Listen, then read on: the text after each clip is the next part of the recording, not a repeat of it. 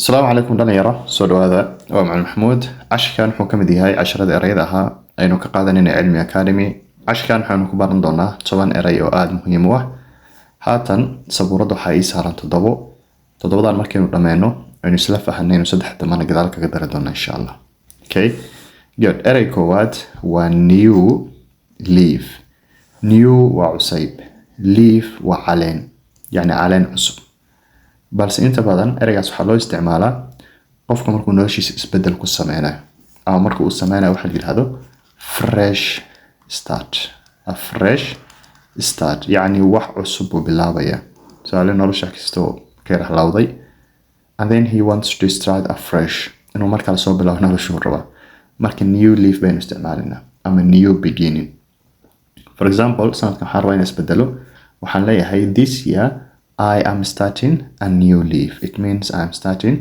a new beginning. Bilow cusub baan sameynaya. I hope you understood. Erayga labaad waxaa loo isticmaalaa waxaa la yiraahdaa nick waa informal. Nick waxaa la yiraahdaa waa xadid. Still ayay isku macno yihiin.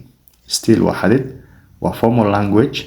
Nick iyadana waa xadid waana informal language.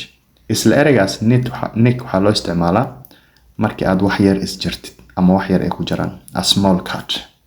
يعني وحيرة مركز مدي أما سكين اسكو سرتد أيادي هذا nick yes so for example حديثان كذا له don't nick anything it means don't steal anything وحبها حديث هدي small cat عم استعماله he has a small nick on his hand قعنتس وحير أو صرم أيو كله هيو I hope you understood أرجع لبعض وحلو آخرية نوش أرجع اسمه informal وحلو استعماله مركز لقى حلايو food cunto ama snacks yes snack food waa cunto snacks waxaa la yiraahdaa cunooyinka fudfudud ee qofku cafeteria ka soo qabsado xilliyada break yes tusaale shaqad ku jirtay ama iskuul baad jirtaa class baad ku jirtay break marka lagu siiyo nus saacaha break buskud iyo shaah iyo fruit waxa soo qabsataa sax si aad energy u heshid taa ayaa la yiraahdaa snacks marka noosh iyo snacks waa isku macno ama noosh iyo food.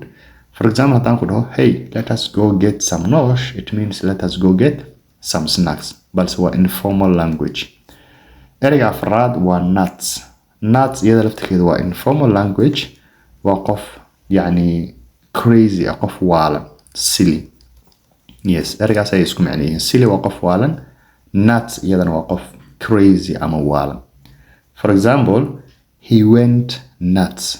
Ninka waxa waa waashawa. He went nuts. Erayga shanaad waxaa loo aqriyaa oa.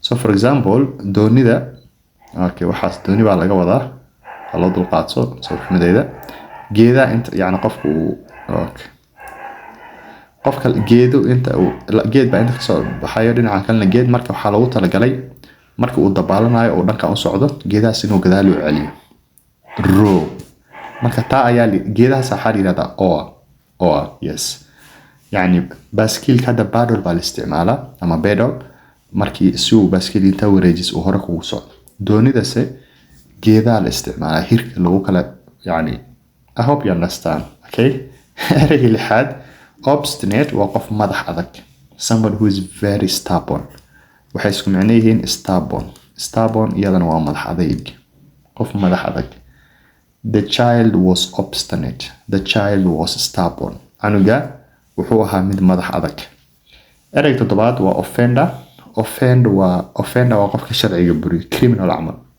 offender yes dad yani sharciga uu burburinaya ama qofsi uu sameynaya ama qof buu dilaya qofkaas ayaa la yiraahdaa offender good waa tirtiraya saddexda kale oo eraysa ugu darno erayga sideedaad aynu cashkan ku barnayno waa host